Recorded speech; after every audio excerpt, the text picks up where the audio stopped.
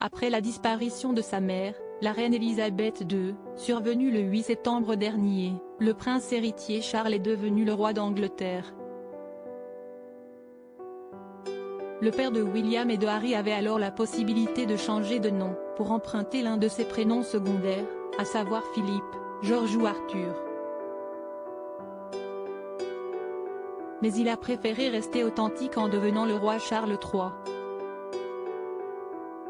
Celui qui sera officiellement couronné le 6 mai prochain est donc le troisième de sa famille à porter ce prénom, et ses deux prédécesseurs n'ont pas forcément brillé par leurs actions, ou leurs frasques personnelles. En effet, comme le rapportaient nos confrères du site Elle, le 14 septembre, Charles Ier a accédé au trône en 1625, après son père, Jacques Ier. Jusqu'en 1630, il a mené une guerre contre l'Espagne. Se sont ensuivis d'autres conflits religieux, mais aussi la première révolution anglaise.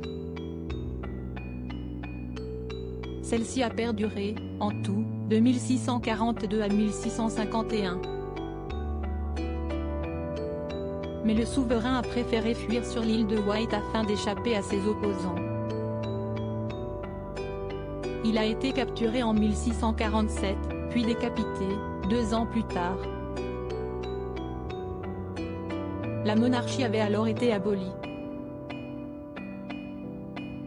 Son fils, Charles II, a pris la relève dès 1660, après avoir passé pas mal d'années loin de l'Angleterre pour éviter d'être associé à son père.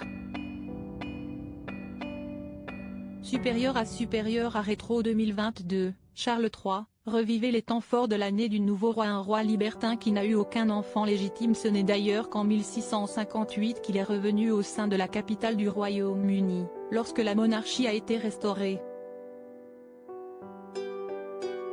Il a alors tenté de rouvrir les théâtres et de permettre aux femmes actrices de jouer les rôles féminins sur les planches. Mais Londres a été marquée par une épidémie de peste en 1665 et par un gigantesque incendie, l'année d'après, qui ont bouleversé les Britanniques. De plus, côté vie privée, le roi Charles II n'a eu aucun enfant légitime, malgré ses 10 enfants nés de relations avec plusieurs maîtresses. C'est donc son frère, Jacques II, qui est devenu roi après sa disparition, provoquée par une crise d'apoplexie. Article écrit avec la collaboration de 6 médias Crédit Photo, agence.